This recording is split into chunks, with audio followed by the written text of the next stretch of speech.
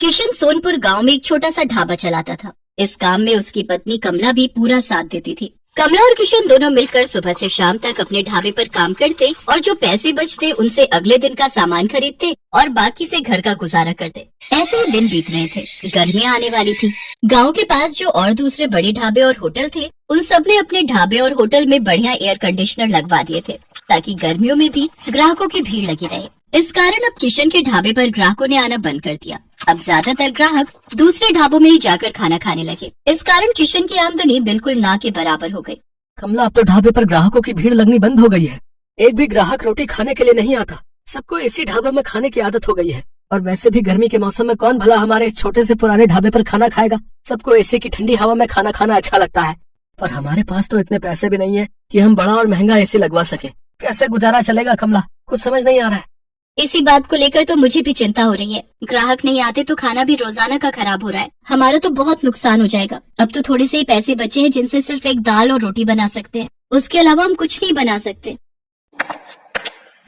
किशन भाई, गर्मी में यहाँ बैठकर खाना बहुत मुश्किल है। आज तो मैं गलती से बैठ गया, नहीं तो अब तो मैं एसी वाले ठंडे ढाबे में ही खाना खाऊंगा। वहाँ थोड़े पैसे ज्यादा होते हैं पर आराम से खाना तो खा लेते हैं। लाओ, कितने पैसे हो गए? 50 रुपए। ये लो, और इस ढाबे का कुछ करो और साथ में एसी ढाबा करो इसे, नहीं तो कोई खाना खाने नहीं आएगा। दिन पर दिन किशन और कमला परेशान रहने लगे। अब तो इक्का दुक्का ही ग्राहक उनके ढाबे पर आता। इस कारण किशन ने सिर्फ एक दाल और रोटी बनानी शुरू कर दी, क्योंकि बाकी चीजें अगर वो बनाए तो ग्राहक नहीं आए तो खराब हो जाएंगी और फिर पैसे भी तो चाहिए। इसी कारण वो जैसे तैसे अपना ढाबा थोड़ा बहुत चला रहा था। कमला, आज बस 250 रुपए की कमाई हुई है। अब तो कोई रास्ता ही नजर नहीं आ रहा है। मुझे लगता है हमें अपना ढाबा बंद करना होगा। किशन के ढाबे के सामने एक बहुत बड़ा ढाबा था। वहाँ ग्राहकों की भीड़ लगी रहती थी, क्योंकि इस साल ही वहाँ के मालिक रघु ने बहुत ही बढ़िया मरम्मत करवाकर ढाबे में एसी लगवा दिया था। क्या बात है किशन, आज भी तेरे ढाबे पर कोई नहीं आया? एक काम कर, ढाबे पर ताला लगा दे। अब तेरा ढाबा नहीं चलने वाला। इतनी भारी गर्मी में एसी के बिना कोई खाना खाने नहीं आएगा। और तेरे पास इतने पैसे नहीं है कि तू मेरी तरह इतना महंगा एसी लगवा सके।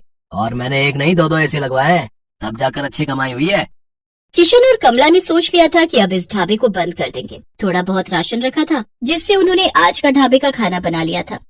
कमला, ये दाल और रोटी जो बनाई है बस आज की बेच लेते हैं, कल से ताला लगा ही देंगे।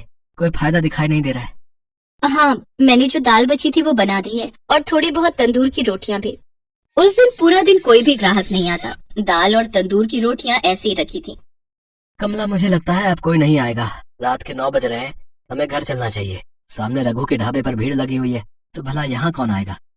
तभी किशन देखता है सामने रघु के ढाबे पर एक बहुत ही जरूरतमंद आदमी अपनी गर्भवती पत्नी के साथ कुछ मदद मांग रहा है।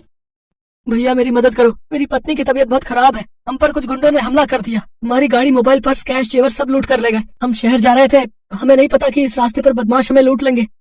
ओ भाई, ये कोई खैराती धर्मशाला नहीं है जो तुम्हें मुफ्त में यहाँ रोक लूं। चलो जाओ यहाँ से। पता नहीं कहाँ से आ जाते हैं। मुझे क्या पता, कोई चोर उचक्के लुटेरे हो तुम। आजकल किसी का कोई भरोसा नहीं है। वो छोटू, इन्हें बाहर भेज और ढाबे का शटर गिरा दे। मैं घर जा रहा हूँ। ऐसा ना कहो, मेरी पत्नी की तबीयत सचमुच बहुत खराब है। बस कुछ देर आराम करके हम चले जाएंगे। अरे अरे, सुनो तो भैया, भैया सुनो तो। सुनो जी, अब खड़ा नहीं हुआ जा रहा। मुझे बहुत प्यास लगी है, थोड़ा सा कहीं से पानी ले लो। किशन और कमला उस व्यक्ति और उसकी पत्नी को देख रहे थे। किशन दौड़कर उनके पास जाता है। भैया जी, आप चिंता मत करो, आप मेरे साथ मेरे ढाबे पर चलो। आइए बहन जी, आप मेरे साथ आइए। किशन और कमला उस व्यक्ति को और उसकी पत्नी को अपने ढाबे पर ले जाते हैं। साहब, ये दाल और रोटी आप खा लो, यहाँ कोई चिंता वाली बात नहीं है। पता नहीं, हम तो पहली बार इस रास्ते से गुजर रहे थे। जंगल का रास्ता था और पता ही नहीं चला कि कब इन बदमाशों ने हमारी गाड़ी को रोक लिया। किसी तरह से उनसे रहम की भीख मांगकर मैं अपनी पत्नी को सुरक्षित बचा कर लाया। मुझे धन दौलत की कोई कमी नहीं है। बस मैं तो कुछ देर आराम करने के लिए वहाँ सामने के ढाबे से मदद मांग रहा था, पर उन्होंने तो मेरी बात पूरी सुने बिना ही मुझे मना कर दिया। मैं अगर आज कुछ देर वहाँ रुकता तो अगले दिन अपने नौकर के हाथ पैसे भिजवा देता। तुम बहुत भले हो, तुमने भी तो बिना जाने पहचाने आज हमारी मदद कर दी। अच्छा, तो तुम ये ढाबा चलाते हो? साहब, चलाता तो हूँ, पर आज मेरा इस ढाबे पर आखिरी दिन था। मैं इस ढाबे को बंद कर रहा था। शायद आपकी किस्मत में आज मेरे ढाबे की रोटी खाना लिखा था। किशन अपना सारा दुख उस व्यक्ति को बताता है। चिंता मत करो भाई, अब तुम्हें इस ढाबे को बंद नहीं करना पड़ेगा। मेरा नाम वीरेंद्र सिंह है, मैं शहर का जाना माना व्यापारी हूँ। मेरे पास भगवान का दिया सब कुछ है, बस एक औलाद की कमी थी, वो भी भगवान ने हमारी झोली में खुशियाँ देकर पूरी कर दी। आज मेरी पत्नी की तुमने बहुत मदद की है। अब उसकी तबीयत में भी सुधार है और हम पति पत्नी सुरक्षित घर पहुँच जाएंगे। इससे बड़ी और क्या बात होगी। सुषमा, अब तुम्हें कैसा लग रहा है? मैं बिल्कुल ठीक हूँ जी। कमला ने मेरी बहुत देखभाल की है। अब मुझे बिल्कुल ठीक लग रहा है। अब मैं सफर कर सकती हूँ। किशन तुम चिंता मत करो, मैं कुछ दिनों में तुम्हारे पास आता हूँ। तुम्हारे इस ढाबे को एसी ढाबा बनाने की जिम्मेदारी मेरी है। किशन और कमला की खुशी का ठिकाना नहीं था। उन्होंने किसी मजबूर की सहायता की तो भगवान ने उनकी सहायता की। कुछ दिनों बाद जब वीरेंद्र सिंह लौटता है तो उसके हाथ में एक मिठाई का डिब्बा था। उसकी पत्नी के बेटा हुआ था। बेटा होने की खुशी जानकर कमला और किशन भी बहुत खुश होते हैं। वीरेंद्र सिंह अपने खर्चे से किशन और कमला को एक बहुत ही बढ़िया और बड़ा एसी ढाबा बना कर देता है, जो फुली एयर कंडीशनर था। किशन का ढाबा किसी बड़े 5 स्टार होटल से कम नहीं था। अब तो ग्राहकों की भीड़ उस ढाबे पर आने लगी। ढाबा देखने में बहुत सुंदर था। किशन ने गांव के और भी मजबूर लोगों को अपने ढाबे में नौकरी दी। किशन का ढाबा दिन के साथ साथ रात में भी खुला रहता था, ताकि हाईवे से आने जाने वाले लोगों को किसी भी बात की परेशानी न हो। गरीबों के लिए उस ढाबे पर मुफ्त खाना था। वीरेंद्र सिंह अपनी पत्नी के साथ अक्सर किशन के ढाबे पर आ जाता था। आज किशन के कारण ही वीरेंद्र सिंह का परिवार सकुशल था और वीरेंद्र सिंह ने भी किशन के लिए जो किया वो किसी बड़े उपकार से कम नहीं था। तभी तो कहते हैं कि भगवान अच्छों के साथ हमेशा अच्छा ही करते हैं, इसलिए हमें सदैव मजबूर लोगों की सहायता करनी चाहिए।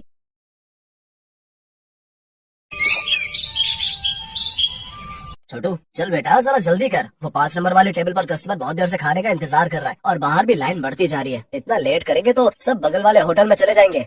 बस मालिक 5 नंबर वाले का ऑर्डर तैयार है और यहाँ कुछ टेबल भी बस खाली होने वाली हैं, तो बाहर वाले कस्टमर्स अब अंदर आ सकते हैं।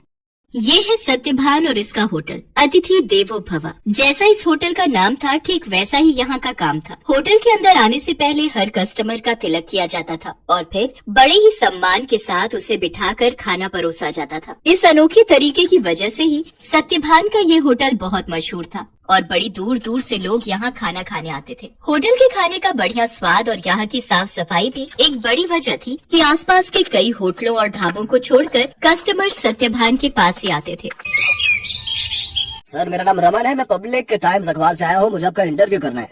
अच्छा हाँ क्यों नहीं, आइए आइए। रुकिए पहले मैं आपका तिलक करूँगा। हाँ अब ठीक है, अब आप यहाँ आराम से बैठिए। छोटू जल्दी से साहब के लिए गर्मा गर्म कचौड़ियाँ और बढ़िया चाय तो लेकर आ।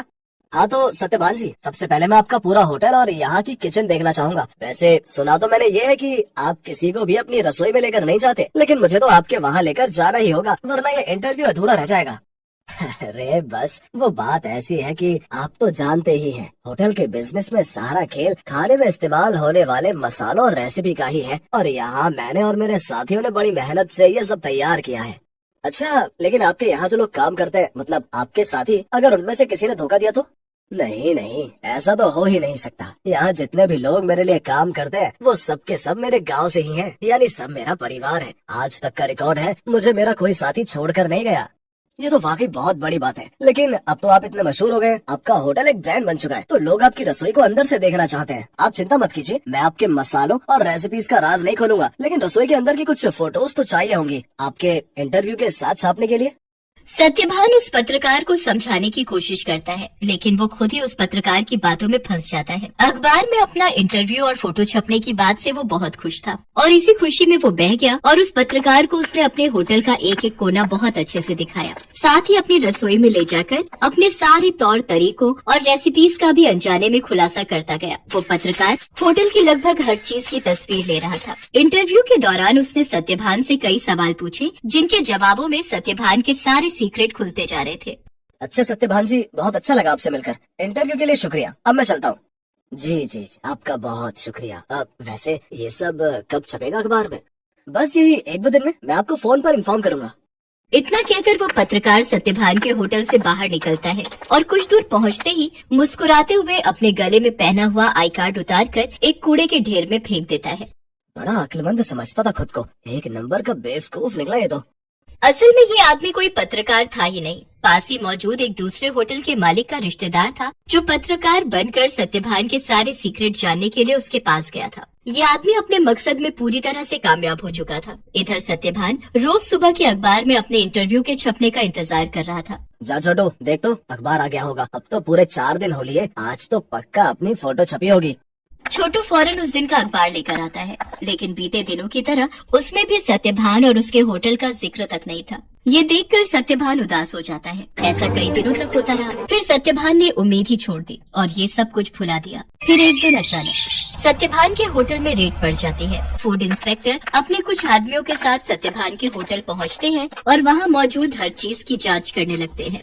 देखिए, हमें आपके होटल के खिलाफ शिकायत मिली है कि आप खाने में नकली सामान का इस्तेमाल करते हैं। ये कैसी बातें कर रहे हैं आप? सालों से मैं इस होटल को चला रहा हूँ, वो भी पूरी ईमानदारी से। अगर ऐसा है तो हमें यहाँ की तलाशी लेने दीजिए। चलिए हटिए यहाँ से।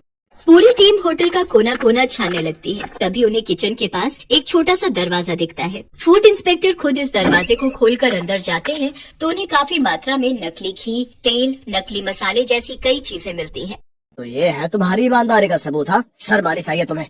सत्यभान को कुछ समझ ही नहीं आ रहा था कि आखिर उसके साथ हुआ क्या। खाद्य विभाग की टीम सत्यभान के होटल को सील कर देती है। साथ ही सत्यभान को जेल भेज दिया जाता है। एक ही पल में सत्यभान का सब कुछ बर्बाद हो गया था। उसका परिवार सड़क पर आ गया था। सत्यभान खुद को बेगुनाह साबित नहीं कर सका और उसका सब कुछ जुर्माने की रकम अदा करने में चला जाता है। उसके गांव के लोग जो उसके लिए काम किया करते थे वो भी उसका साथ छोड़कर गांव वापस चले जाते हैं, सिवाय छोटू के। चलो, तुम्हारी जमानत हो गई है। जमानत की बात सुनकर सत्यभान चौंक जाता है। वो बाहर आकर देखता है तो एक वकील के साथ खड़ा छोटू उसका इंतजार कर रहा था। छोटू, तूने ये सब कैसे किया बेटा? तेरे पास इतने पैसे कहाँ से आए? मैं तो बिन माँ बाप का एक लावारिस था मालिक। आपने मुझे सहारा दिया था तो मैं आपको इस हाल में अकेला कैसे छोड़ देता? आपको याद है, मैं हर महीने की तनख्वाह से कुछ पैसे जोड़ता था अपनी आगे की पढ़ाई के लिए। बस वही आज काम आ गए। छोटू की बात सुनकर सत्यभान की आंखों में आंसू आ जाते हैं और वो छोटू को गले लगा लेता है। लेकिन अभी भी सब कुछ ठीक नहीं हुआ था। शहर भर में सत्यभान का नाम खराब हो चुका था। इसलिए सत्यभान अपने परिवार और छोटू के साथ शहर छोड़कर अपने गांव चला जाता है। वहाँ बांस के बड़े बड़े जंगल थे जिनके बीचों बीच एक छोटी सी झोपड़ी बनाकर सत्यभान और उसका परिवार रहने लगता है। सत्यभान के पास गुजर बसर के लायक भी पैसे नहीं थे, इसलिए उसे कुछ तो करना ही था। तभी एक दिन उसने गाँव के एक बच्चे को एक आधी कटे बांस में कुछ खाते हुए देखा। सत्यभान उस बच्चे के पास गया और उससे बोला, बेटा, ये क्या खा रहे हो? ये हरे बांस का अचार है और ये रोटी है। ये बर्तन, ये भी बांस से बना है। वो यहाँ गांव में बांस ही सबसे ज्यादा उगता है ना, तो हम लोग इसी का ज्यादा से ज्यादा इस्तेमाल करते हैं। उस बच्चे की बात सुनकर जैसे सत्यभान के दिमाग के घोड़े दौड़ने लगे। उसने फौरन छोटू को अपने पास बुलाया और उसे कुछ समझाने लगा। फिर अगले दिन तड़के सुबह ही वो छोटू के साथ बांस के जंगल में गया और ढेर सारी बांस की लकड़ियाँ काट कर ले आया। सत्यभान और छोटू दिन रात लगे रहे और देखते ही देखते उन दोनों ने सिर्फ बांस की मदद से पूरा का पूरा होटल बनाकर तैयार कर लिया, जहाँ दीवारें भी बांस की थी और सारे बर्तन भी। अब सवाल ये था कि इस होटल में पकेगा क्या? मालिक, आप चिंता मत कीजिए। हमें जाकर सब लोगों से बात करनी चाहिए जो शहर में अपने साथ काम करते थे। मुझे विश्वास है कि वो सब हमारा साथ जरूर देंगे। छोटू की बात मानकर सत्यभान अपने गांव के लोगों से बात करता है। धीरे धीरे गांव के कई लोग उसकी मदद के लिए आगे आते हैं। कई लोग उसे मुफ्त में राशन देते हैं, जिसके साथ हरे बांस का इस्तेमाल करके सत्यभान और छोटू होटल के लिए खाना बनाते हैं। और इस तरह एक बार फिर सत्यभान का होटल चल पड़ता है। लेकिन हालात अब पहले से बहुत अलग थे। कई दिनों तक सत्यभान के होटल में एक भी ग्राहक नहीं आता। फिर एक दिन शहर से कुछ दोस्तों का एक ग्रुप वहाँ आता है और सत्यभान के अनोखे होटल को देखकर चौंक जाता है। कुछ नया आजमाने के इरादे से वो सभी सत्यभान के होटल के अंदर आ जाते हैं। सत्यभान उन सब की बहुत ही अच्छे से खातिरदारी करता है और फिर भाई, अब मजा आ गया। ये तो बिल्कुल ही नया एक्सपीरियंस था। शहर से इतनी दूर इतनी अच्छी सर्विस और उससे भी बढ़िया खाना। सच में बहुत अच्छा लगा यहाँ आकर। और सबसे बड़ी बात, मुझे तो पता ही नहीं था कि बांस को भी खा सकते हैं, वो भी इतने अलग अलग रेसिपीज में। सत्यभान के खाने और अलग किस्म के होटल की तारीफ वो सभी दोस्त अपने दूसरे दोस्तों से जाकर करते हैं, जिसके चलते और भी लोग खास तौर पर सत्यभान के होटल में खाना खाने वहाँ पर आते हैं। सत्यभान की सर्विस और खाना बहुत जल्दी अपना पहचान बना रहा था। लोग शहर के हाई फाई होटल छोड़कर सत्यभान के पास गांव में आ रहे थे। धीरे धीरे सत्यभान की गाड़ी पटरी पर आने लगती है और उसके पुराने साथी जो गाँव में ही थे वो भी उसके पास काम पर लौट आते हैं। मालिक, भगवान की दया से अब सब ठीक हो रहा है, लेकिन अब तक ये समझ नहीं आया कि आखिर वो सब नकली सामान उस दिन अपने होटल में आया कहाँ से। ये पहेली तो सच में सुलझानी ही होगी छोटू। मुझे लगता है मुझे कुछ करना चाहिए। सत्यभान के पास अब इतने पैसे जमा हो चुके थे कि वो अपने खिलाफ रची गई साजिश की जांच करवा सकता था। वो अपने केस को रीओपन करवाता है और एक प्राइवेट डिटेक्टिव की मदद से सारा सच बाहर निकलवाता है। असल में रमन जो सत्यभान के पास पत्रकार बनकर आया था, ये सब उसके और उसके रिश्तेदार की सांठगांठ थी, जो सत्यभान के पुराने होटल के पास ही अपना होटल चलाता था, साथ ही सत्यभान की तरक्की से जलता भी था। रमन के द्वारा जुटाई गई जानकारी की मदद से ही वो सारा नकली सामान रातों रात चुपके से सत्यभान के होटल के अंदर पहुंचाया गया था। प्राइवेट डिटेक्टिव ने सारे जरूरी सबूत जुटा लिए थे, जिनकी मदद से दूध का दूध और पानी का पानी हो गया। दोषियों को सजा मिली और सत्यभान को उसकी खोई हुई इज्जत। शहर में मौजूद सत्यभान की सारी संपत्ति उसे वापस मिल जाती है, जहाँ सत्यभान फिर से अपना होटल शुरू करता है, लेकिन बिल्कुल नई थीम, नए तौर तरीकों और नई रेसिपीज के साथ। बेस्ट